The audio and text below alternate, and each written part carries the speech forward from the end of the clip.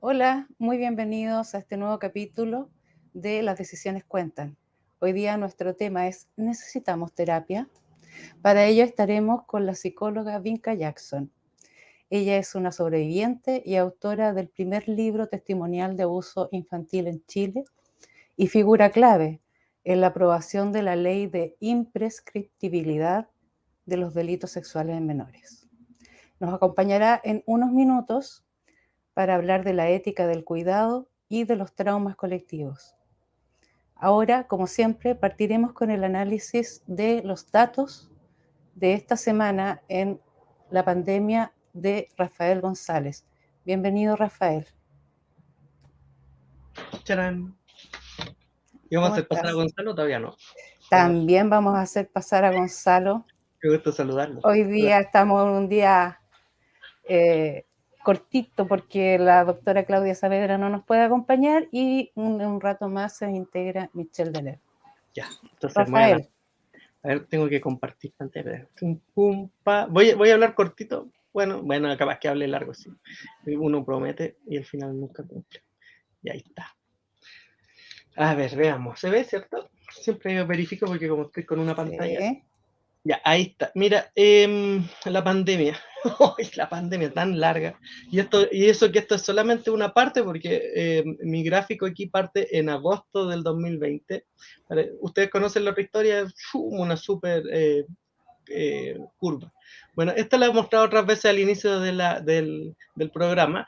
Este es los casos confirmados que van con esta escala que sale a la izquierda y a veces marco algunos números como referencia. 2.500, 4.200, 7.000, 7.300. Y este es el promedio de casos confirmados diarios. Y luego su baja y todo. Y algo que ahora habla harto en los balances que hace el ministerio, habla de variación de los casos a 7 días y variación de los casos a 14 días. Entonces yo aquí lo pongo en verde cuando es una reducción y en rojo cuando es un aumento. Entonces hoy y hace unos días ya lleva más de una semana optimista, porque bueno, es puro optimismo y a lo mejor con la invitada después puedo preguntar del gaslighting, que toda esta gente nos confunde siempre. Bueno, este chiquitito de aquí, este pichintún de aquí, es la reducción que llevamos en estos días, un 4%. Mira, esto ya ha pasado otras veces, ya ha pasado y debiéramos aprender. Nos mareamos mucho con muchos indicadores, pero debiéramos aprender de lo que hemos vivido. Estos aumentos son grandes, son muy grandes. Aumentar 50% sostenido por varias semanas es mucho. Y esto ya lo vivimos antes, y esto lo vivimos en la ola anterior. Aquí estamos, no sé en qué número de ola estamos, debe ser como, digamos, la tercera, desde que empezamos muy abajo y llegamos muy arriba. Estamos acá, en la tercera, digamos. Cuando empezó la segunda, yo tengo aquí unos datos. Empezó a subir desde el 26 de noviembre del 2020, subió de manera continua por 64 días. Todo esto fue una alza hasta el 28 de enero, incluido Navidad y Año Nuevo, que es como echarle benzina al contagio. En promedio subieron 13% los casos, o sea, todas las variaciones que tengo aquí, saqué el promedio 13%. Y luego, en los balances diarios nos dijeron, estamos mejorando, esto es maravilloso, y bajamos un poquito, y tuvimos una baja por 28 días, y el promedio de estas variaciones fue un 5% de reducción. Entonces subimos 13% por más de 2 meses, y por menos de un mes bajamos 5. Por supuesto que no nos alcanza para llegar a bajar suficiente, y luego nos agarró otros, eh, otros 40 días subiendo un 13% y nos llevó al peor escenario.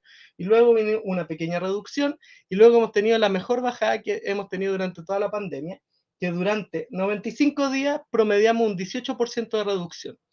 Y ahora lo sigue la peor alza de la pandemia, con 64 días subiendo más de 2 meses, a algo que no le llaman ola, no lo ven, y que hemos llegado al 22%, este promedio de estos 50, 53, todo esto promedia un 22% de alza. Ahora llevamos 8 días de reducción, que pueden ser diferentes factores, y no siempre se tiene que subir. 8 días y hemos reducido un 4%, y ahora es fantástico. Por supuesto que estamos en mucho riesgo porque estamos llegando a diciembre, que es un mes con alta movilidad. Lo que les quiero mostrar a continuación es lo que implican esto. Los casos, lamentablemente, están terminando con fallecidos y hasta el día de hoy. Y aquí yo les muestro los casos como un promedio a 28 días, los casos en gris con esta escala, y los fallecidos en rojo con esta escala de la derecha.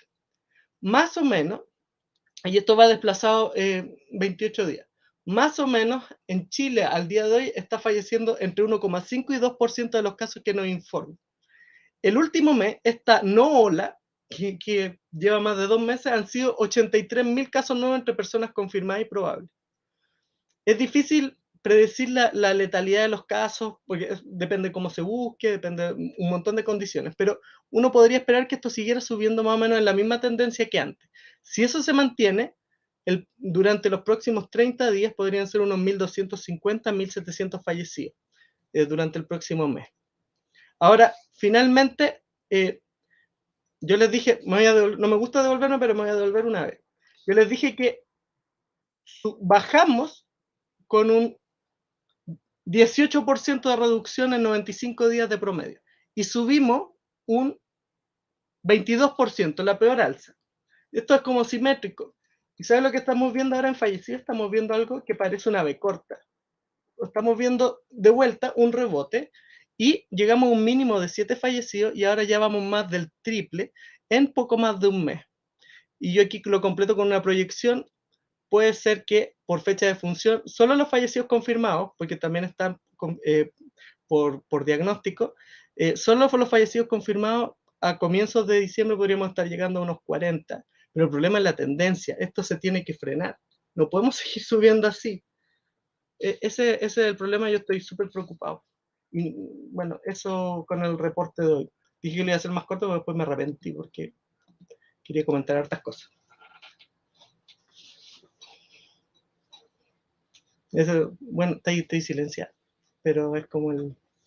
Se ve en el gráfico una B corta, dijéramos, muy pronunciada. A mí me tiene, ¿sabes lo que me tiene preocupado? Es que a lo mejor es el clima político, pero había muchas personas que estaban muy preocupadas de la situación en Chile hace 6 meses atrás y ahora desaparecieron todos, ahora están todos complacientes y vámonos contagiando y estamos todos contentos y yo creo que, bueno, Gonzalo, lo hemos hablado hartas veces, la vacuna es súper importante, es una herramienta muy poderosa, pero la gente va a seguir falleciendo si se sigue enfermando en masa y va a seguir quedando con secuelas. Entonces hay que hacer las dos cosas, vacunar y cortar el contagio. Y ahora está toda la gente, me parece, hay demasiada gente muy complaciente y yo intuyo que puede ser porque una mitad está mirando para un gobierno, la otra mitad para el otro, y quien se tenga que hacer cargo de la pandemia no quiere ser muy crítico de lo que pasa hoy, pero hay que hacerse cargo. La situación es muy compleja de cara a diciembre. Nos falta un freno importante. Es que esto no tiene pinta de... O sea, es que hay mucha gente que dice, oye, pero el R efectivo, oye, pero la positividad... a mí me pasa como científico, yo tengo que mirar la realidad. Y Gonzalo, desde un punto de vista como humanista en la academia, también ve la realidad. No solamente uno ve los indicadores, yo sigo las cifras, pero también veo la realidad y cómo lo estamos enfrentando, qué pasa en otras partes del mundo y lo que puede pasar. Y lo que uno espera para diciembre es que se estimulen las compras, se estimule el turismo, van a haber muchas fiestas y va a haber Navidad y Año Nuevo. Entonces, debimos haber llegado, digamos, con ahorro, ya que no se va a hacer mucho por bajar las posibilidades de contagio. Entonces yo estoy muy preocupado de cara a fin de año. Démosle el pase a nuestro experto en salud pública, Gonzalo Basigaluque. O sea, es difícil, mira, justo tenía un librito aquí que se llama The Blind Spot, y es esta idea de que todos tenemos, no vemos, tenemos un punto que es ciego, y yo creo que en general todavía nuestra sociedad está ciega al impacto que ha tenido esta pandemia, y que tiene ese impacto que ha tenido hasta ahora, hasta hoy día, y un impacto hacia adelante que yo creo que hay que considerar, y es al cual se va a enfrentar el próximo gobierno.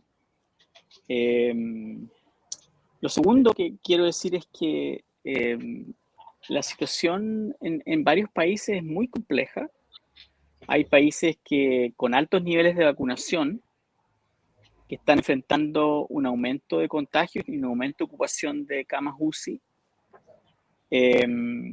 Y decir que hay países en los cuales se ha llegado a un máximo, como comillas, de vacunación, por ejemplo, como el caso de Suiza, que tiene un 65% de los vacunados, personas vacunadas, y que decidieron donar las vacunas para el mundo, para otros países que con menos ingresos, de modo que se puedan vacunar. Pero lo que voy es que la vacunación, que es extremadamente necesaria a nivel individual, de que nos vacunemos a tiempo, que nos vacunemos con la dosis de refuerzo de 6 meses después de la otra, pero que la vacuna, cualquiera sea ella, es necesaria, pero no es suficiente. Es una condición necesaria para enfrentar la pandemia, pero no es suficiente para enfrentar la pandemia. Eso ya lo sabemos, y yo creo que lo hemos repetido tantas veces. Necesitamos ser como realistas al respecto. Hay noticias preocupantes de países en los cuales hay nuevas mutaciones, y esta es una carrera, y yo creo que en la carrera no se puede simplemente depender solamente de la vacuna, que es lo que se está dependiendo en Chile. O sea, tenemos altos niveles de vacunación, no hay ninguna duda, pero los altos niveles de vacunación no tienen que ver con la efectividad para controlar la pandemia. Obviamente que vamos a evitar muchas cantidades de muertos, pero si uno mira las curvas en la mayor parte del mundo, uno observa que la mortalidad sigue siendo muy, muy alta. Y eso es muy, muy, muy complejo. Antes de pasar a nuestra invitada, yo quería decir que aquí hay esto es como volar el avión cuando lo estás armando, y yo creo que hay todo un trabajo que vamos a tener que hacer acerca de la memoria y acerca del trauma que hemos sufrido por un gobierno que ha sido fundamentalmente indecente, lo quiero decir, corrupto e indecente, que no nos ha cuidado, y que eso va a tener consecuencias en el muy largo plazo, pero que además tiene consecuencias en términos de cómo enfrentamos la pandemia en los siguientes meses. En este momento yo estoy en Estados Unidos y esperamos, justo hoy día es Thanksgiving, el Día de Gracias, un día muy importante porque es el día que más movilidad genera en el país, y va a ser un test. Los especialistas piensan que va a haber un gran aumento de contagio en las siguientes semanas, y por lo cual el aumento de contagio implica aumento de ocupación de hospitales que están muy llenos, especialmente las camas regulares, y también, por lo tanto, de fallecidos. La pandemia sigue, aunque no queramos verlo, y no podemos, para terminar mi speech, resolver esto con encierro. No se puede encerrar a la gente. El encierro tiene consecuencias también, tiene consecuencias negativas, pero tenemos que pensar en cómo reducimos la movilidad de modo de darle más control al contagio. Eso quería decirlo, y estoy muy agradecido que nuestra invitada, me imagino que tú la vas a presentar, Lucía, esté con nosotros para Invitamos a hablar pasar, de la salud mental. exacto, invitamos a pasar a Vinca Jackson. Estamos muy agradecidos que nos acompañe hoy día. Yo también, y sé que el tema es bastante más amplio, pero no me puedo hacer la lesa y no comentar lo que recién señalaban Rafael y Gonzalo. Yo, es más, les agradezco porque uno como... Yo soy psicóloga, trabajo en temas de trauma, pero me declaro completamente ignorante, y me he podido ir informando gracias a personas como ustedes todo el tiempo. Y algo que yo señalé en algún minuto frente a esta evidencia del no cuidado o de un cuidado aparente. Hago como que te cuido, pero en realidad quiero que lo antes posible vuelvas, comillas, a la normalidad y se vuelva a producir y se vuelva a viajar, etcétera, etcétera. Entonces ha sido una tarea bastante solitaria para muchas personas, el ir tratando de recabar información que te permita tomar decisiones de autocuidado o de cuidado para tu familia. Y cuando hay un gobierno en Estados Unidos hasta enero y en Chile hasta hoy todavía, que tú sabes que hay un bicho, un virus, que está siendo tremendamente difícil de controlar, de seguir, que sigue variando, sigue mutando, pero te dicen, no, pero está todo bien, salga nomás. Dice, a ver, ¿a quién le creo? ¿Cómo lo hago? Y hay varios factores. Ha habido mucho de gaslighting en Chile, mucho de devolvernos la pelota, la responsabilidad cada vez que se producen estos rebrotes u olas. ¿Puedes explicarle al público el concepto de gaslighting? Sí, viene de una obra de teatro y de una película también bien antigua, donde es una forma de abuso psicológico donde en el fondo te terminan haciendo dudar de tu propia cordura, de lo que ves, de lo que sientes, de lo que eres, y, y donde hay una serie de mecanismos con los cuales eso se va instalando, y, y entonces hay un síntoma que es como muy claro, y es esto de terminar pidiendo perdón o terminar sintiéndose culpable con la total inseguridad de en realidad qué hice mal, o sea, realmente hice algo tan mal. Y bueno, hubo varios momentos de la pandemia en que subía y nos decían, bueno, es que la gente no entiende, no aprende, no sigue las instrucciones, y tú veías que todos estábamos haciendo un esfuerzo enorme por hacer eso, pero por otra parte te abrían los malls, te mandaban a comprar el Día de la Madre, al Día del Niño, a la Navidad. Entonces, en ese estado de confusión, hay algo que también se paraliza. Y si tú le sumas a este tipo de tratamiento la fatiga pandémica, un efecto de agotamiento que se va sumando, como bien decía Gonzalo, este no querer ver, y el que cuando entramos en una situación de incerteza, de alguna manera nuestro cerebro entra en un modo de supervivencia, y por eso lo que veíamos al comienzo de la pandemia, y han pasado 2 años y seguimos viendo cosas que son a lo menos extrañas y que no tienen nada que ver con el cuidado. Al comienzo de la pandemia veíamos cómo se acaparaba, no sé, confort, jabones, etcétera, porque no estábamos pensando muy racionalmente, sino desde este modo de supervivencia. Y ahora tampoco seguimos pensando muy racionalmente, y aunque no está tan fuerte esto del modo de supervivencia, está esto del punto ciego. Entonces, ves que están llenos los malls, ves que yo me tocaba ver como filas en estos lugares donde se hacen test de COVID, y tú dices, ¿por qué? Bueno, y aumento en la necesidad de pasaportes y un montón de viajes. Yo llegué ahora hace poco a Chile, me llamó mucho la atención que nos avisan a mitad de semana de la llegada que hay un pasajero contagiado, ¿ya? O enfermo. Y entonces mi marido le pregunta a la persona de la Seremi que llama, y bueno, me imagino que tenemos que hacer el PCR. Si usted quiere. ¿Cómo? Si usted quiere. Y bueno, y haga cuarentena 48 horas. Entonces mi marido le dice, ¿de qué sirve eso? Si hay alguien contagiado, podríamos estar en peligro de contagio. No, bueno, no sé, ni una respuesta concreta.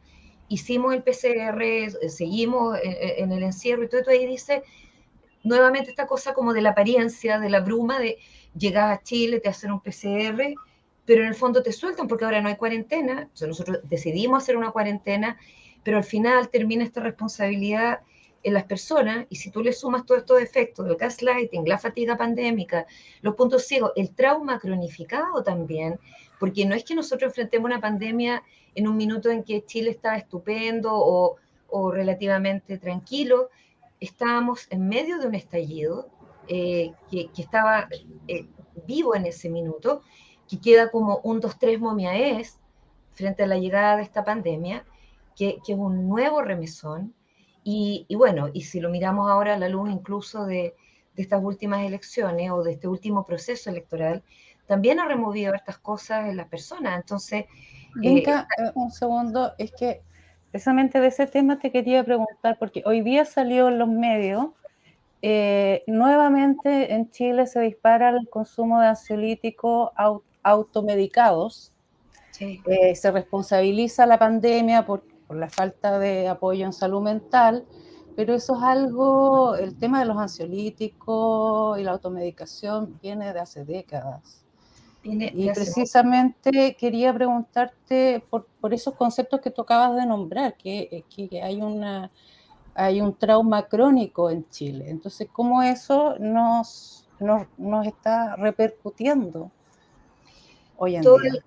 Todo el rato, yo lo dije en alguna otra conversa que tuvimos con Gonzalo, que a lo mejor puede haber sido una mirada súper ingenua a los 20 años cuando retornó la democracia, pero a mí me habría encantado que hubiera habido un equipo de salud mental asumiendo a la par de don Patricio Aylwin, porque era un país que venía de 20 años de dictadura, de 20 años de vivir en el miedo, independientemente de que tu familia hubiera vivido, hubiera sido víctima de crímenes de lesa humanidad o no, es una atmósfera, un clima que nos rodeó a todos. O sea, uno iba al colegio, volvía y había militares en las calles con la cara pintada de negro, y caminabas del paradero a tu casa viendo eso. No puede ser normal crecer así o ser adolescente en esas condiciones, independientemente de tu participación política o no en aquellos tiempos. Y un tiempo de miedo, de cambios radicales de la sociedad chilena, de quiebras, no sé, varios de mi generación recordamos suicidios de papás y mamás apoderados de escuelas, de colegios, porque se fueron a la quiebra cuando vino la recesión. O sea, a ver, fueron 20 años, uno piensa, lo primero, los crímenes de lesa humanidad y el clima de terror, el terror de Estado, pero hubieron miles de otras formas cotidianas de vivir esto que permearon, no tiñeron, no tocaron todo, y había que sanarse, nada. Luego, 30 años de democracia, donde aún con muchos importantes logros, y uno no cambia la democracia imperfecta y todo, o sea, uno piensa una tiranía, esta democracia imperfecta, malería y todo el rato la democracia, pero igual hubo abandonos del cuidado, igual hubo una agudización de la desigualdad, y eso también, de alguna manera, si uno piensa que el trauma viene de la palabra herida, va dejando una herida. Y luego, esta situación del estallido, que yo creo que, no sé, a mí todavía me cuesta hablar porque yo estaba en Estados Unidos, entonces uno se lo vivió a distancia, angustiadísima por la familia, por seres queridos, por el país completo, tratando de apoyar en temas que tú manejabas, como trauma sexual, que para mí fue como muy difícil de procesar, no solo la represión que terminó en muertes y trauma ocular de más de 400 personas, no dos, o sea, esto no es un accidente, sino que además la cantidad de personas vulneradas sexualmente, porque eso había sido una herramienta represiva, pero tomando todo esto, además había toda una otra vivencia de lo que estaba haciendo el estallido, que de alguna manera ni tampoco alcanzamos mucho a conversarla, ni a elaborarla, ni nada, por lo que decía, que llega la pandemia, y porque además hubo como lecturas súper rápidas, siento yo, y claro, se piden esas lecturas, pero son procesos más largos de lo que pasó. Entonces, por una parte, tú veías que había una lectura de todos quieren más o menos que la revolución, otras de esto es solo vandalismo, otros de viva la primera línea. Yo no sentía que en la primera línea había un montón de adolescentes que se hubieran tenido, claro, que podía haber una vida mejor, un buen vivir, un proyecto de futuro, capaz que no habrían estado arriesgándose ahí. Entonces, era una cantidad de lecturas que yo decía, aquí falta tiempo. Y tengo como la misma sensación en relación a una serie de cambios sociales que han ido ocurriendo, de como tiempo para decantar y de mucha presión para quien no se suma a esos cambios o a la mirada más optimista sobre esos cambios. A ver, los seres humanos en general necesitamos como una base segura, y, y está también el temor a lo desconocido, está cuando enfrentamos un cambio, y mientras más años cumplimos, no es que nos pongamos retrógrado reaccionario. Hay estudios de neurobiología que señalan que el cerebro, mientras va ganando años, este valor de la nueva experiencia o de la recompensa por la nueva experiencia cede un poco lugar frente a conservar la seguridad, la estabilidad. No es que te pongas, no sé, cuadrado, ni reaccionario, ni conservador, ni un viejo obsolescente, poco menos, sino que cambia. En cambio, en la juventud, yo nunca me voy a olvidar de esta historia de un adolescente que me tocó en aquellos años de que manejó con exceso de velocidad, lo llevaron detenido, y la mamá le dice, pero ¿cómo? Si tú sabes que esto no se hace en el fondo, que es ilegal. Y el joven le dice, sí, lo sé, y es de alguna manera un riesgo controlado, pero necesitaba saber qué se sentía la velocidad. Y no lo estoy justificando ni nada por el estilo, sino diciendo que en el cerebro adolescente hay una cosa mucho más conectada con, no lo aventurero, sino como con la experiencia, el conocer la experiencia, la recompensa de aquello experimentado. Y, y nada, la gente se ha demorado y uno escucha en Chile cosas como, no sé, si alguien objeta algo, es reaccionario o es xenófobo, si se pregunta algo sobre el tema de migración, no estoy hablando de que lo condene ni que diga que hay que repeler la migración, sino que se pregunte algo sobre la migración. Ah, claro, entonces tú estás en contra. O se pregunte algo en relación a los fenómenos que han ocurrido en temas de género, de igualdad de género, etcétera. Ah, entonces eres machista, etcétera. Nos vamos muy rápido a los blancos, negros y este tipo de categorías, y ahí uno se acuerda en tiempos de discusión del Brexit o de el día siguiente, de cuando Trump salió electo, lo que se conversa en los foros y lo que los ciudadanos distintos van diciendo. Y tú ahí te preguntas, ¿qué pasa también con este tipo de conversación, que no es ni una conversación en realidad, porque no estamos escuchándonos, donde un cierto o distintos sectores de la población se van sintiendo no escuchados o se van sintiendo como que se opinan mejor no y se van silenciando y luego salen?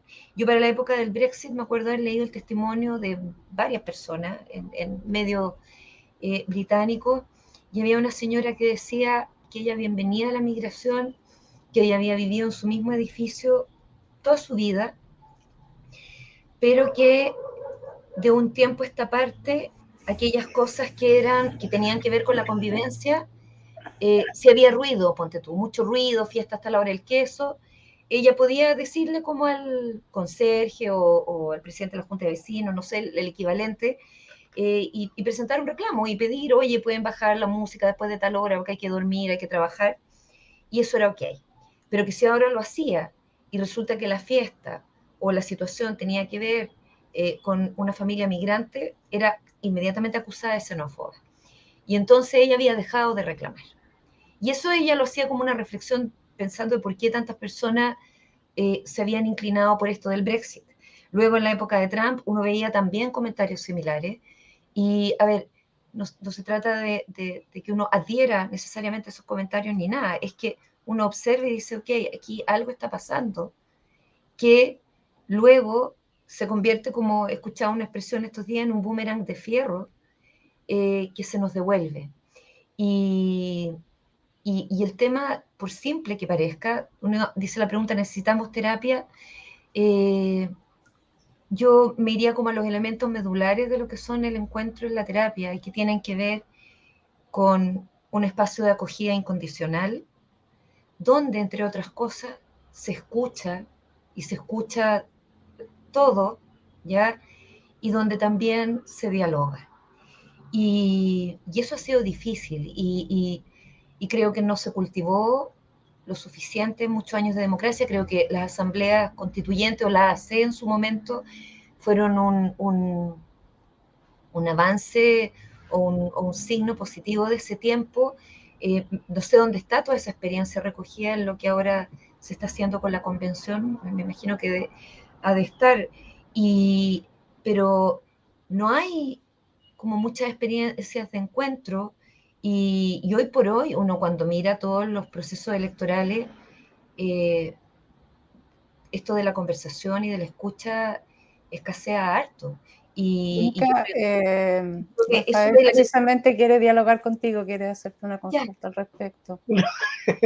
No, yo lo estaba escuchando con harto interés, pero que siga, que siga. Es que a mí me interesa mucho. No, súper bien. Yo estaba anotando algunas cosas y, bueno, como estoy como en terapia aquí, hoy día, con Vinca, estamos como en el capítulo modo terapia, entonces, bueno, a ver si Vinca me ayuda a ordenar. Pero, bueno, yo siempre sigo la pandemia y siempre por ahí tengo eso en redes sociales, algunos tweets de Vinca, sobre todo por el gaslighting, que nos confunden, nos engañan, nos mienten. Pero ahora ya estamos todos cansados. Yo estoy aprovechando que estamos en terapia, estoy súper cansado con el asunto de la pandemia. Sí, a mí me sacó de lo que hacía habitualmente, pero bueno, siento que no mucha gente hace como análisis de lo que de los datos, más allá de informar si la positividad es alta, baja, chica, grande. Como no se hace eso, bueno, y creo que lo trato de seguir haciendo. Me preocupa mucho cuando me manifiesto de la situación que me preocupa. Es que hoy día ya vivimos como mucho, debe ser el cansancio y todo, pero vivimos como el presente. Lo mostraba al comienzo, tuvimos 2 meses de alza brutal, estábamos muy abajo, y ahora tenemos 8 días de una bajadita así chiquitita, y todo así como, oh, estamos fantásticos. Pero no nos hacemos cargo de las consecuencias, o sea, eso termina con lo que hemos visto en las semanas anteriores, va a seguir con personas entrando a la UCI y vamos a seguir teniendo fallecidos y van a ir aumentando los fallecidos. Con el cansancio que yo siento, con el cansancio que sentimos todos, con la incertidumbre que tenemos y en medio de procesos de elecciones que yo tengo con respecto a la pandemia muy mala espina con lo que puede pasar hacia fin de año. Y sería un pésimo fin de año si ganara ese señor que no voy a nombrar la elección. ¿Cómo hacemos ahora? ¿Cómo hacemos para...? Porque yo no veo de dónde agarrar en la situación de la pandemia, pero no hay educación a las personas. No les enseñan a cuidarse, no les enseñan el cuidado. Hoy día el ministro, por ejemplo, ya terminando, hoy día vi 2 cosas de la vocería del MinSal. Uno, que el ministro les dijo, les voy a avisar a Osorno que está mal. Es como el señor del tiempo o el señor que da como los números de la restricción vehicular. Dígame qué hacer, dígame qué medida voy a tomar, o qué medidas se van a tomar en la ciudad para evitar otras cosas, pero es como lo que tú dices, traspasarle a las personas. Y lo otro, bueno, lo otro lo puedo comentar después, pero ¿cómo hacemos ahora?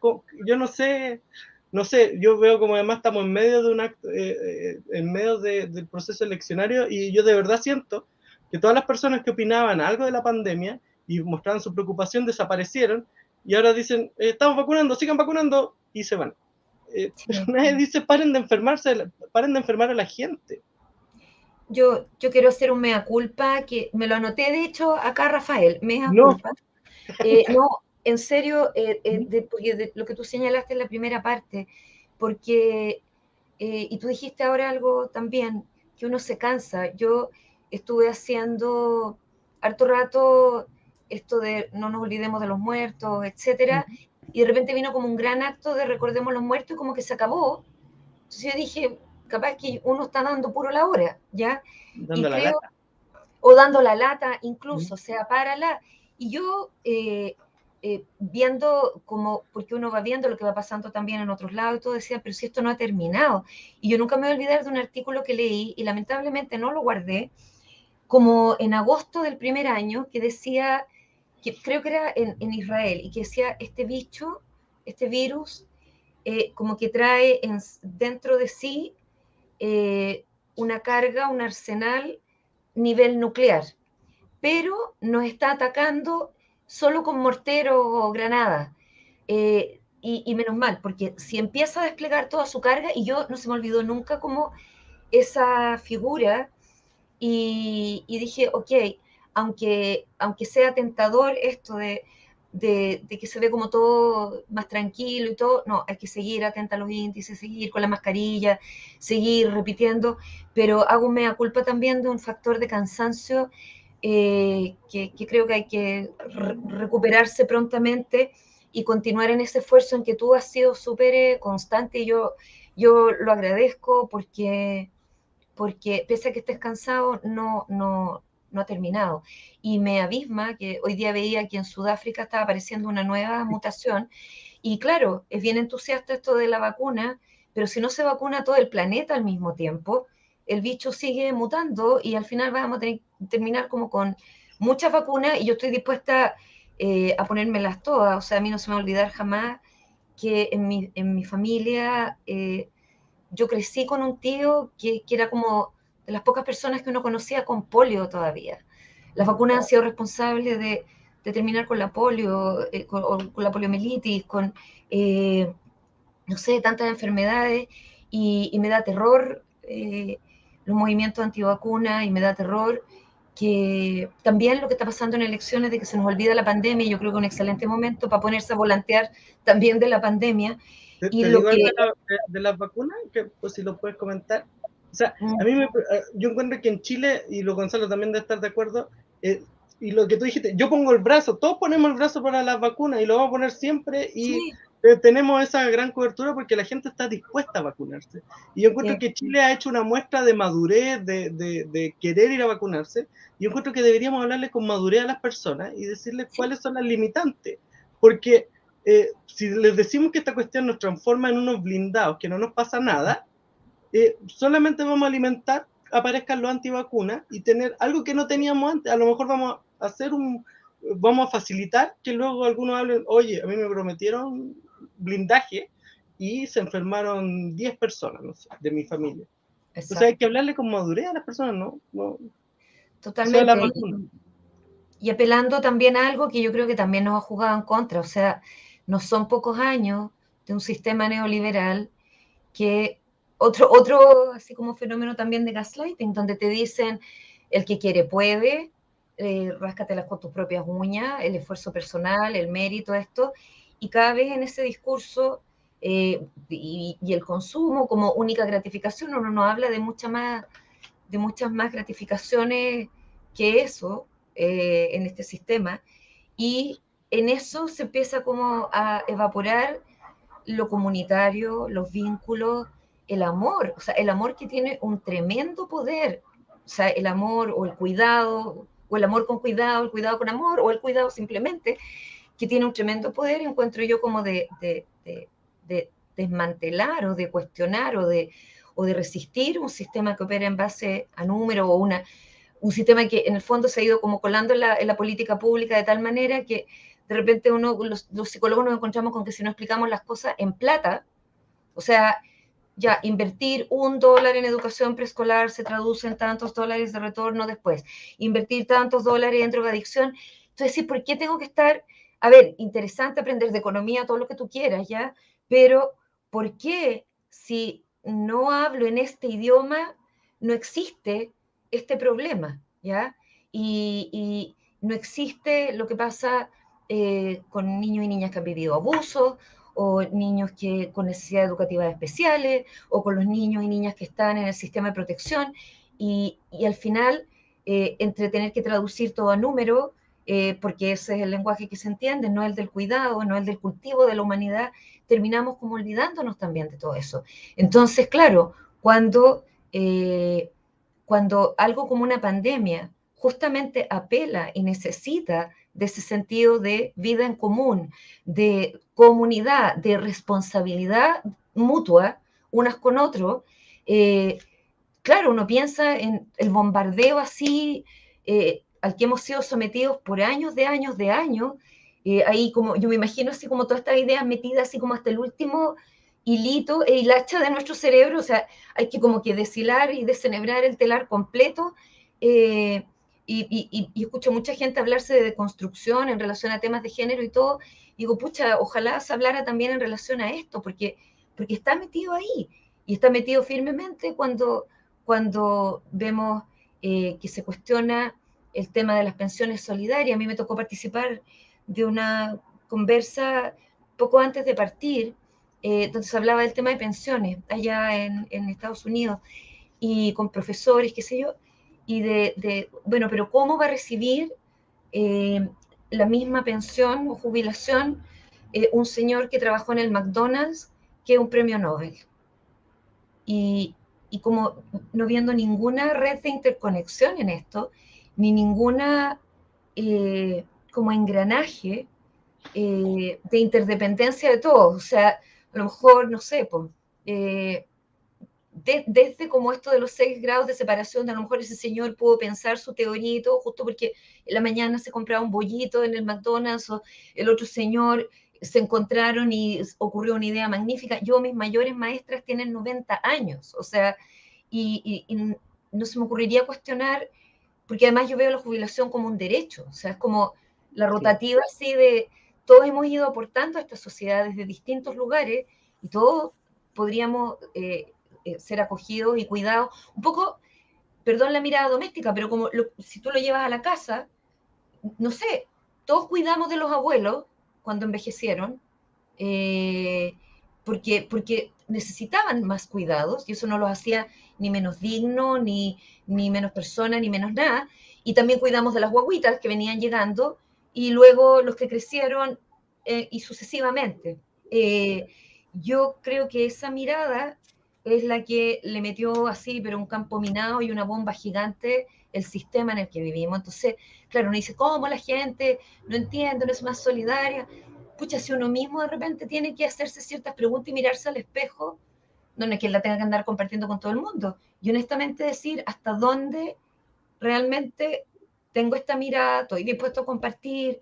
Uno piensa, a los niños se les dice tanto, hay que compartir, y no sé cómo les decimos eso si los grandes estamos como clavados en estas otras cosas. Y como que se ha puesto de enemigo también, como libertad individual y como el lastre de lo comunitario. Momento, o sea, no es una libertad con un yunque más o menos la que se da en lo comunitario. Me parece que esas cosas descabelladas y confusas, que son parte como del gaslighting social, son las que necesitan de diálogo para ir disolviéndose. O sea, es más, a mí me encantaría que en la lengua castellana se hubiera hecho como un revoltijo de la palabra libertad con responsabilidad, todas juntas, así. Pero hablamos de consentimiento y no hablamos de todo esto.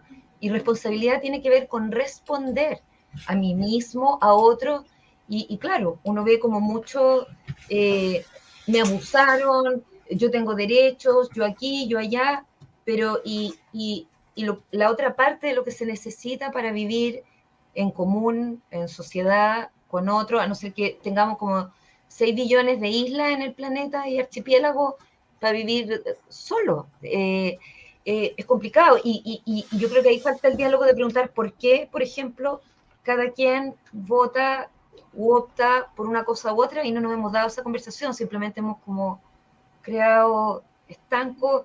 A mí me interesa mucho saber por qué se vota, y los niños nos han dado una lección en eso. Yo he visto en la última semana en ambos hemisferios niñas y niños que le han preguntado así a adultos, bueno, pero ¿por qué tú tomas esta opción? Y acá, ¿por quién va a votar? Por este. ¿Y por qué? Pero, y has tomado en cuenta esto y lo otro. No hay un inmediato sojuzgamiento de la opción del otro, cualquiera sea, sino más bien una curiosidad y una inquietud. Quiero observar por qué, quiero entender, y ahí te puedo presentar, porque también los niños y niñas tienen su argumento y te dicen, oye, pero y esto y lo otro, que ganas de asumir un poco de ese candor también en nuestra... consultas válidas del diálogo. Vinca, quería darle la bienvenida también a Michelle Delet, que llegó. Hola. Qué rico. Mil disculpas, estaba en otra reunión comprometida antes, pero bueno, quería verte y escucharte. Pero ya llegó. Gonzalo creo que también quería hacer una consulta. Sí, deja de hacer un comentario chiquito. Ya, sí. No, si Rafael. era nomás por del hilo de lo que decía Vinca. No, que también me pasa muchas veces esto de siguiendo la pandemia o los cifras y la gente me conversa, me habla y me dice como disculpa que yo no tengo como tu conocimiento, tu capacidad y no sé qué. Yo le digo, tranquila, la visión de otras personas es súper importante para... O sea, hablaba con alguien, me hablaba por mensaje directo, me decía, yo soy músico y veo las cosas, entonces no entiendo tanto. Oye, para mí es perfecto porque yo necesito alguien que tenga ese feeling que yo no tengo, así que a mí me sirve porque yo, algo de lo que siempre he tratado de hacer durante estos como 2 años es tratar de transformar las cifras en cosas humanas. Pues, si no estamos hablando de los números del loto, no sé. Pero Sí. dejemos a Gonzalo, que yo quería hacer ese comentario, pero ahí, Gonzalo. Sí, yo quería ahora como hablar un poquito de la pregunta, Vinca, que tiene que ver con esta idea de la terapia, si necesitamos terapia, y hablar de cómo, de lo importante de hacer la ligación entre lo que es prevención, de la necesidad de hacer las cosas upstream, de en el fondo prevenir que se sucedan las cosas terribles que uno después tiene que como que tratar de arreglar, o lo que en reducción de riesgo de desastre llamamos realmente reducir el riesgo de desastre, creando las condiciones para que el desastre no ocurra. Y una de las cosas que es bien triste es que de alguna manera, a pesar de que llevamos más de 49.000 fallecidos, que también es una cifra que se niega, Sí.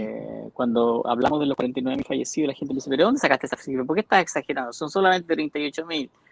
Y uno le dice, bueno, no, estos son los datos, esto es lo que dice, de acuerdo a la definición de la OMS, es la cantidad de personas que han sido directamente, y por supuesto hay muchos más, pero bueno.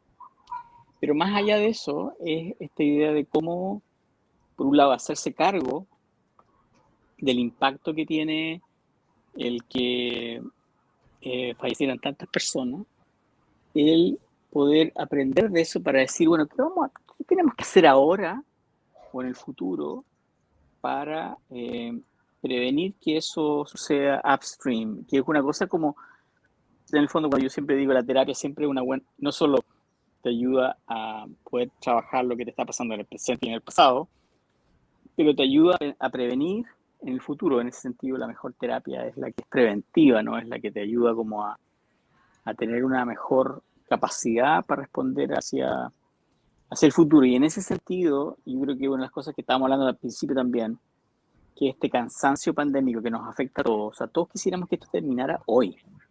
Ya, chao, no quiero hablar más del asunto, chao, no quiero saber más.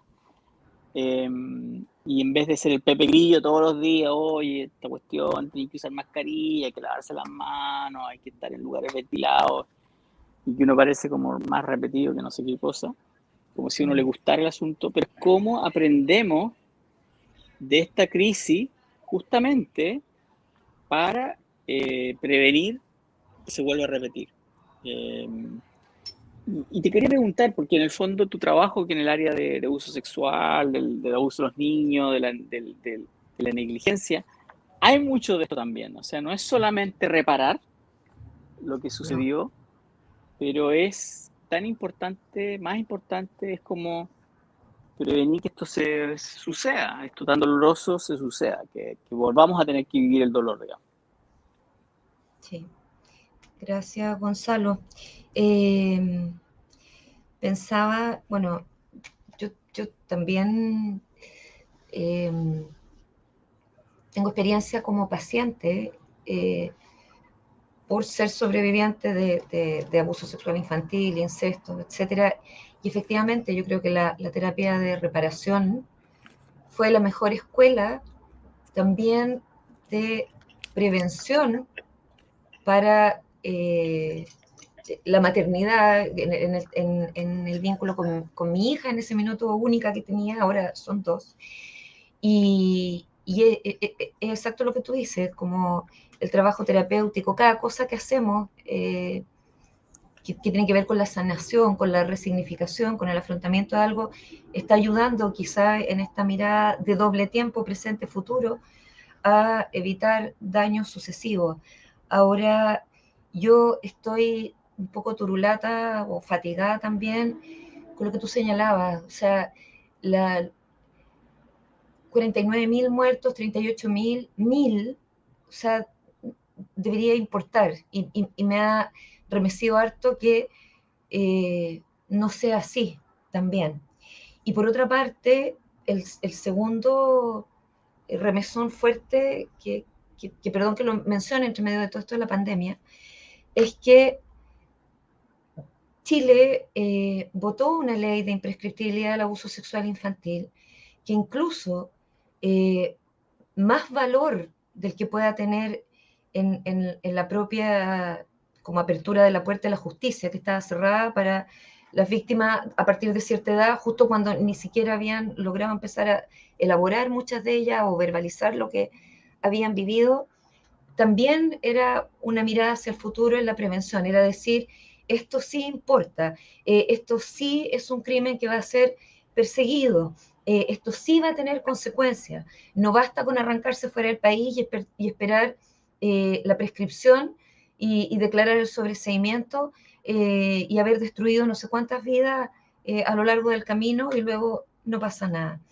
Y esa ley se votó transversalmente en el Congreso, fue un trabajo larguísimo, de más de una década, y fue muy emocionante, ayer lo hablábamos también, haber visto esa votación, porque incluso para los sobrevivientes adultos que sabían que esta ley no iba a tener retroactividad, una cuestión incomprensible además, si uno ya determinó que un crimen no puede prescribir, por todos los motivos que se explicaron que no podía prescribir, el nivel de destrucción de la vida, de niños y niñas, de seres humanos que ni siquiera podían entenderse como víctimas, el asesinato psíquico, todo. Ok, entonces, ¿cómo hacemos para abrir esa puerta a la justicia para todos que no lo habían vivido? Y no. Y aún así, creo que los sobrevivientes y las sobrevivientes adultas, fueron tremendamente también generosos en cómo mirar esto, sobre todo para las nuevas generaciones, y desde esta mirada también de la prevención. Y luego, tú ves una elección donde, aunque sea por un 1,8% o 2% finalmente que fue, gana un candidato que tiene en sus filas, que confirió confianza a ciertas personas para representar a su partido como en el Congreso, que representan exactamente lo opuesto, o que dicen cosas abominables sobre niñitas que han sido abusadas y el tema del aborto por violación, o que dice, como en una parte que leí, que las víctimas de alguna manera eran cómplices del perpetrador de su violación o de toda esa violencia por guardar silencio, desconociendo completamente, obviamente, porque no debe haber estado prestando atención a ese señor, a que justamente el silenciamiento es como la médula vertebral del abuso, en la intimidación, en el no poder concebirse como víctima, justamente en el estupor traumático, etcétera, y luego en todo lo que toma elaborar eso, entender que alguien que cuidó generalmente fue capaz de tales transgresiones, lograr ponerle nombre a eso, escucharte a ti mismo, describir cuestiones sórdidas, horribles, macabras, terribles, y ponerles palabras, y luego las víctimas son cómplices del crimen perpetrado. Entonces digo yo, ¿en qué minuto?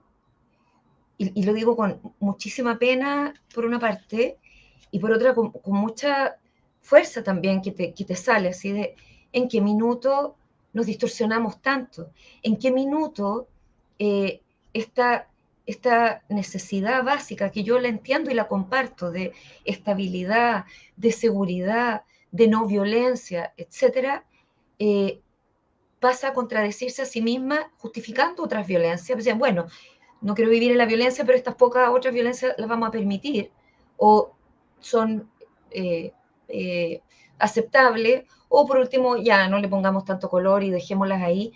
O sea, es completamente contradictorio, y sé que los seres humanos estamos hechos de contradicciones, pero yo de verdad antes de ayer estaba como entre los llamados también de otras hermanas sobrevivientes y hombres también, y de pacientes, completamente desconcertada. Decía, que loco, hace menos de 2 años Chile aprobó la ley de imprescriptibilidad del abuso sexual infantil, Durante este año 2021 se ha estado discutiendo la de imprescriptibilidad de los delitos sexuales en la adultez también, porque las violaciones aumentaron, y no solo para jóvenes mujeres o mujeres adultas, sino que también para niños, adolescentes y hombres, y estamos frente a un escenario donde alguien que desconoce eso, que significaría un retroceso enorme,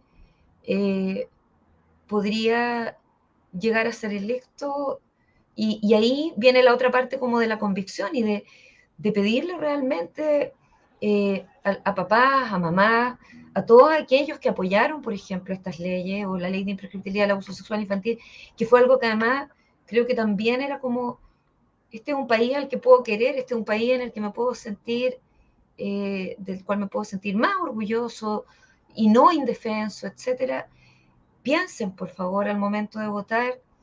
Esta pregunta es la que insisto tanto siempre, por simple que pueda parecer, no es simplona, y es que cuida más.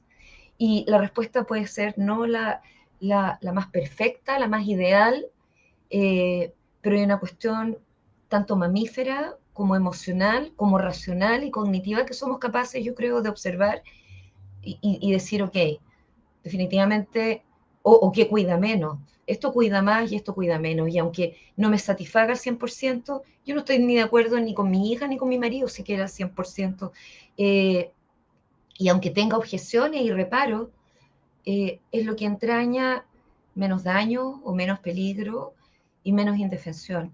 Hay algo ahí que si uno pudiera apelar a los demás y pedirles algo, sería eso, por favor, porque ha sido bien duro mirarlo desde este lugar. Vinca, quería darle la palabra a Michelle Deler. Sí. Vinca, yo quiero tomar una palabra que tú señalaste, que es responsabilidad, y quisiera llevarla a quizá una palabra que es bien curiosa, hoy día se usa mucho en gestión, y una palabra que se está usando en Chile, que es accountability, pero que básicamente es responsabilidad y rendición de cuentas. O sea, lo cual demuestra que nosotros tenemos no un concepto, tenemos dos palabras para lo que en otros países es simplemente una. Creo que el tema de las elecciones, no solamente esta, sino que lo que pasa es que esta está siendo bastante crítica en términos de la caracterización que tiene incluso cada candidato y candidata que ha habido. Y incluso yo lo vinculo al proceso de la constituyente, o sea, una serie de elementos que nos han mostrado que estamos en un momento, incluso siendo muy transversal en términos de decir, más allá de la opinión que tenga quien nos está viendo. Aquí nadie puede negar que hay una característica muy especial en una serie de fenómenos que se están dando. Y creo que eso está cruzado porque nosotros no hemos tenido la capacidad para hacernos cargo, para ver el accountability, ¿no? Esta responsabilidad y rendición de cuentas, pero lo que tú señalas, ¿no? De cómo cada uno vota. Creo que lo que tú señalas de los niños, a mí me ha pasado, están muy curiosos y a uno le preguntan, ¿por quién vas a votar y por qué? Pero creo que es un proceso que nosotros hemos dejado pasar, y parte de las consecuencias que estamos viviendo hoy día en términos del nivel de tensión que se está llegando, no solamente, insisto, en la presidencial, sino que lo hemos visto en las parlamentarias, con algunos parlamentarios que ya se han transformado en algo ícono, constituyente, etcétera, es porque hemos dejado ese proceso, y que yo creo que es bien profundo, porque no solamente tiene que ver con la política. El tema es que cuando dejamos de ver el tema de la responsabilidad y rendición de cuentas, eso empieza a influir en nuestra forma de vida y empieza a transformarse, pareciera, en algo bastante cultural, que si no se aborda adecuadamente, nos va a afectar y nos va a impactar de manera multidimensional. Y yo creo que nos pasa, ¿no? Lo vemos desde lo que puede ser con la transparencia y la responsabilidad institucional de personas, de organizaciones públicas, privadas, etc. Tomando eso, y tomando también el proceso electoral, tomando y mezclándolo con el tema de la pandemia, que algo se señalaba, ¿no? Esta rendición de cuentas que a veces llega a la construcción de estas cifras que se comunican de manera tan extraña. Pero sabiendo que tú has estado en un proceso también de lejanía, ¿no? De la posibilidad de ver este país con distancia, pero además estar conectada con probablemente más información de carácter global que la que nosotros vemos visualmente. ¿cómo ves tú el proceso de este tiempo que estamos viviendo en conjunto con otras partes del mundo y cómo se está llevando a cabo? Porque no nos olvidemos que en el caso de Estados Unidos, la pandemia coincide también con un proceso político en el cual termina ganando Biden y que desde mi punto de vista creo que la pandemia tuvo mucho que ver precisamente con el... Yo estaba ya en enero de ese año y en enero ganaba lejos Trump. Y por lo tanto hay procesos sociales, culturales, políticos.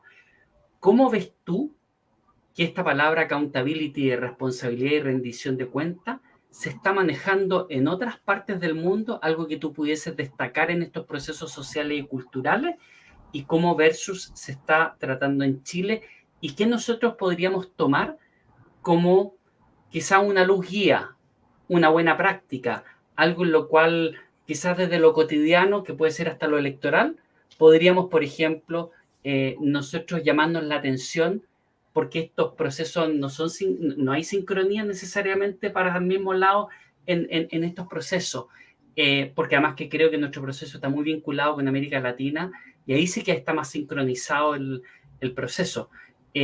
¿Cómo lo ves tú? En términos de alguna experiencia que pudiese estar surgiendo, siendo emergente, y que nosotros podríamos destacar desde lo positivo, de lo apreciativo.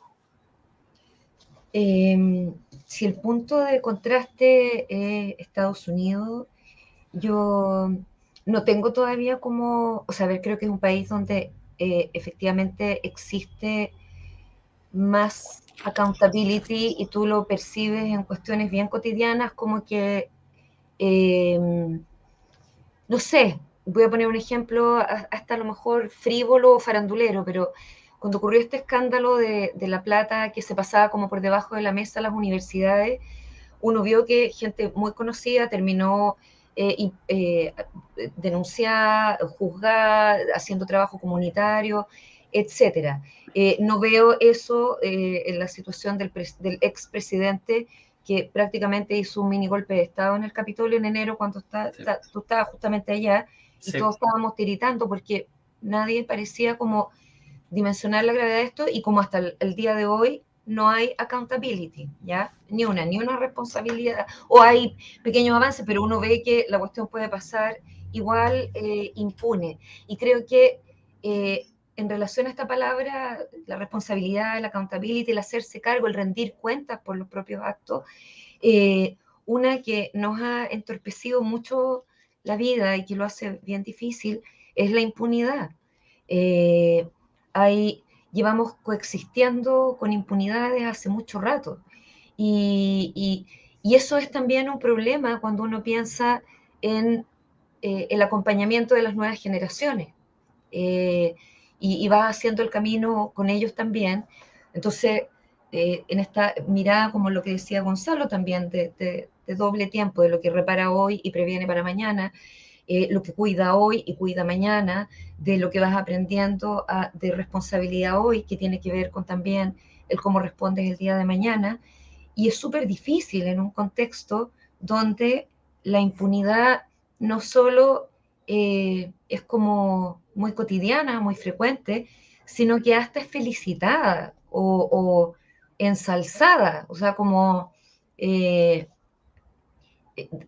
como el que, entre comillas, el que es más pillo casi, en cierto sentido, y por otra parte, cuando se convierte como en una consigna vacía, o sea, no, estamos contra la impunidad, pero en rigor no estamos ahí encima, y eso sí quizás puede ser una buena práctica, que ahora me cruza la cabeza, que tomar de otros países, y es como a nivel del, no sé, desde la Junta de Vecinos, el municipio, la intendencia o la gobernación, o como quiera que esté estructurada el tema de gobiernos, personas que están atentas a lo que está pasando y que piden explicaciones.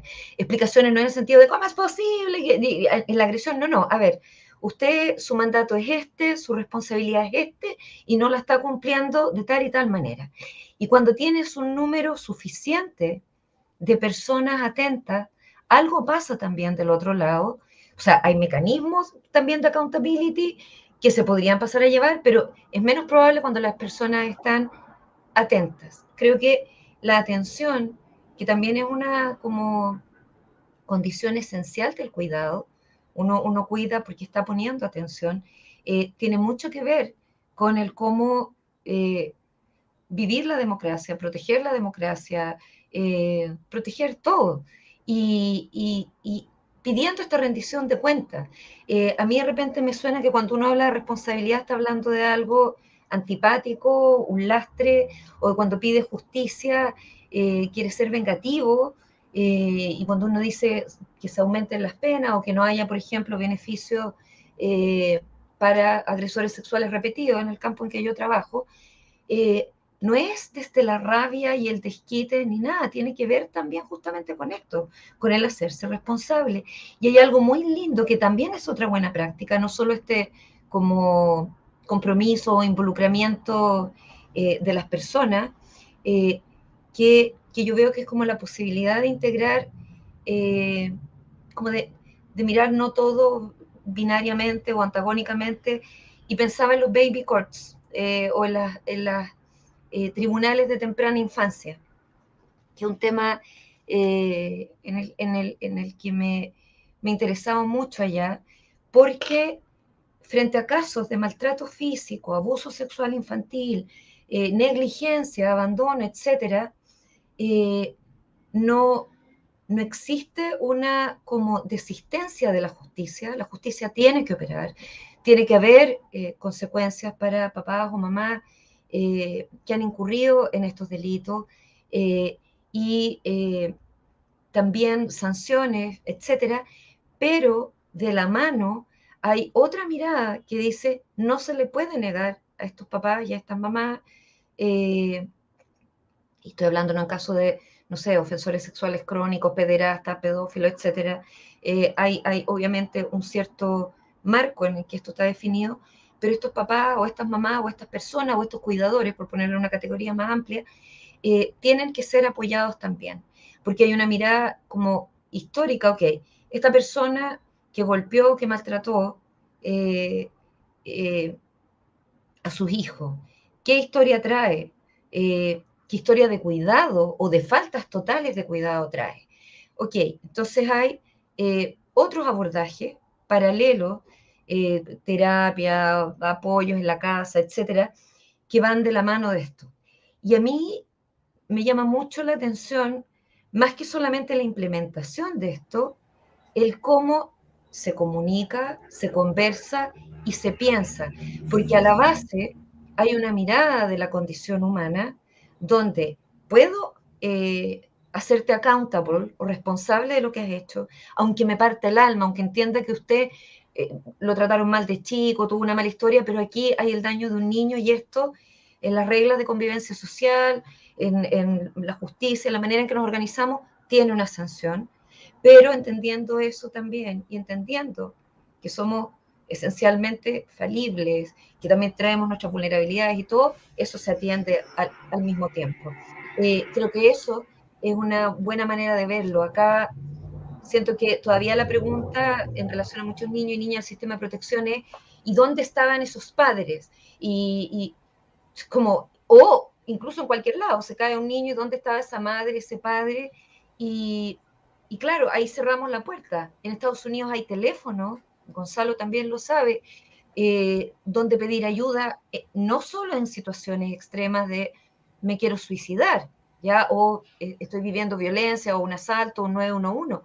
Hay teléfonos donde pueden personas adolescentes o jóvenes que ven que están teniendo una inclinación sexual hacia los más chicos, llamar y pedir ayuda y ver qué hacer, sin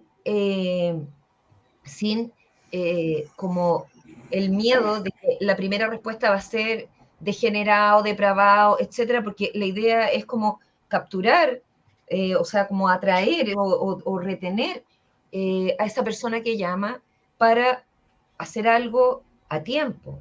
Y así en otros casos. Si un papá o una mamá siente que está completamente sobrepasado, mega estrés y le va a pegar a un niño, en Chile hay teléfonos de ayuda, Integra, Fonoinfancia, etcétera, pero todavía hay así como un paraguas que más que mirar desde el cuidado o no cuidado, mira desde el sojuzgamiento, y ahí, claro, aquel que queremos que llame y detenga a tiempo la vulneración, no va a terminar llamando. Minka, Michelle y Rafael Sí. querían hacer 2 comentarios breves. Voy a pedir que los hagan porque estamos ya en la hora.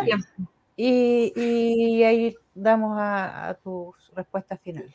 Un solo comentario quizás para reforzar el término de la accountability y la oportunidad que nos da, ¿no? Que no solamente es responsabilidad y rendir cuenta, sino lo que tú señalabas, ¿no? Que uno permite, que uno básicamente también implica ver lo que está detrás y hacernos cargo. A mí lo que me pasa culturalmente en Chile es que pareciera, y voy desde el punto de vista desde un agresor hasta un candidato a X cargo, que lo demonizamos y lo transformamos en niño símbolo. Entonces, cuando ese niño símbolo desaparece, pareciera que desaparece también el problema completo y la historia completa que está detrás, que en algún caso no implica victimizar al agresor, pero sí implica asumir los orígenes que puede haber de esa agresión, que al hacernos cargo nos permite básicamente corregir ciertos elementos, ¿no? Y esa parte no está. Y solamente señalarte algo que yo aprendí mucho y que se ocupa mucho en temas de gestión de emergencia. Es que en Chile usamos mucho la palabra lección aprendida. Pero a mí una cosa me enseñaron. Lección aprendida es aquella lección que es conocida, pero donde el cambio se ha realizado. Si no hay cambio, no hay lección aprendida.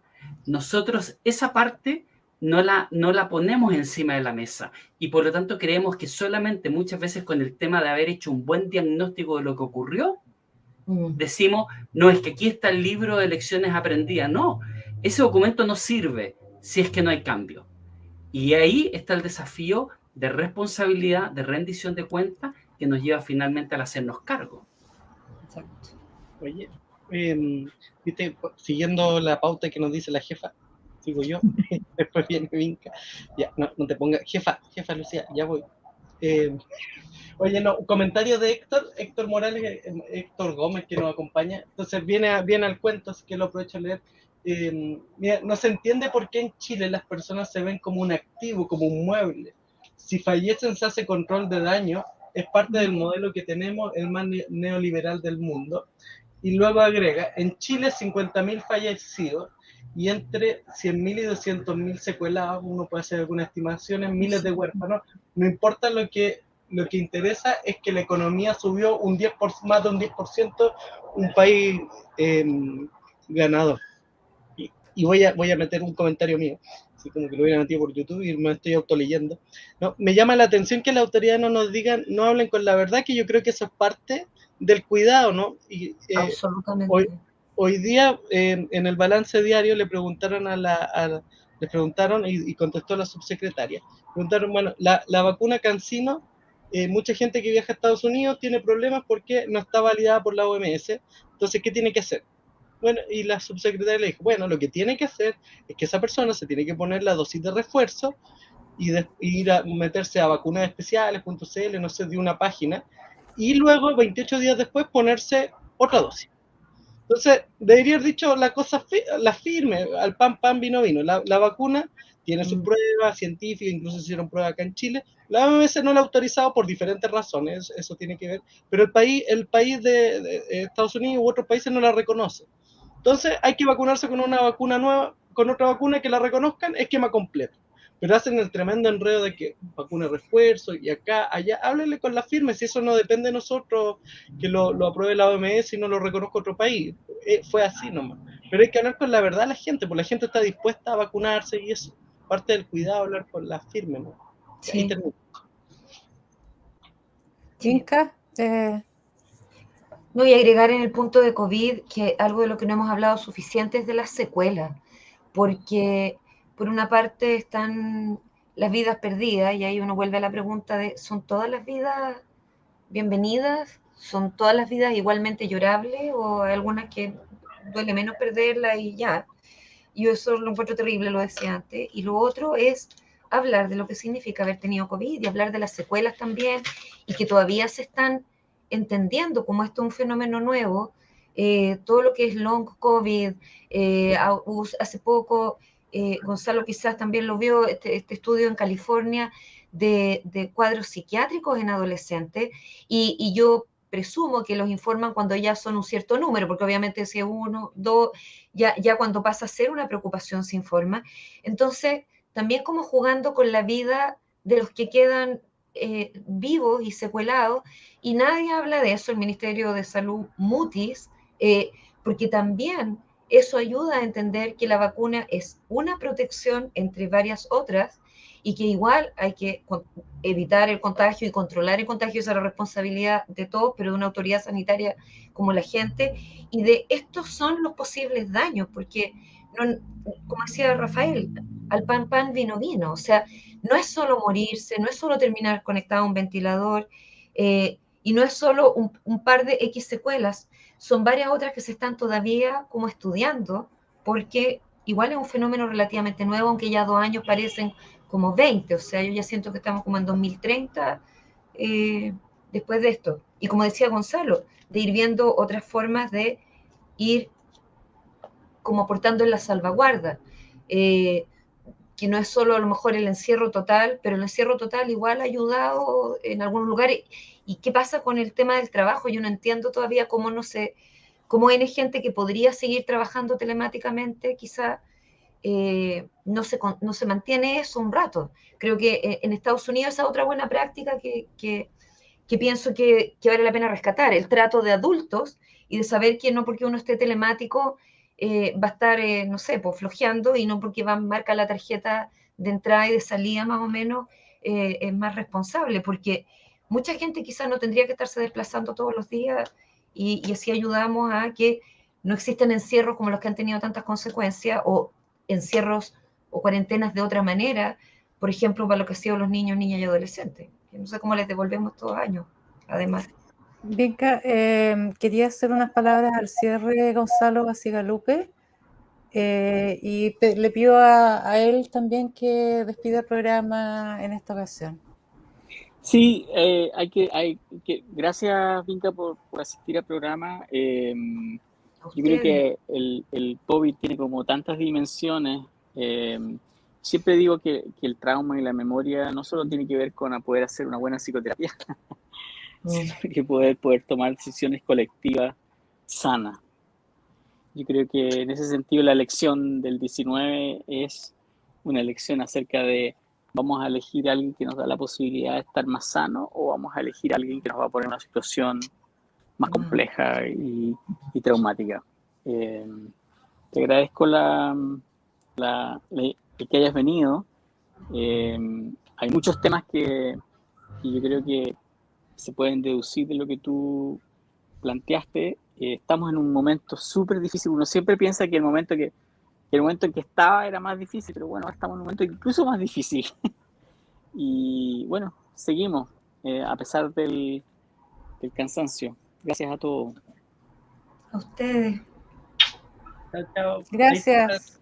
Y a Chao, todos chao. los que Gracias. nos acompañaron. Gracias.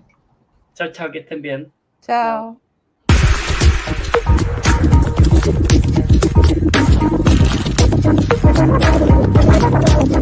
Chao.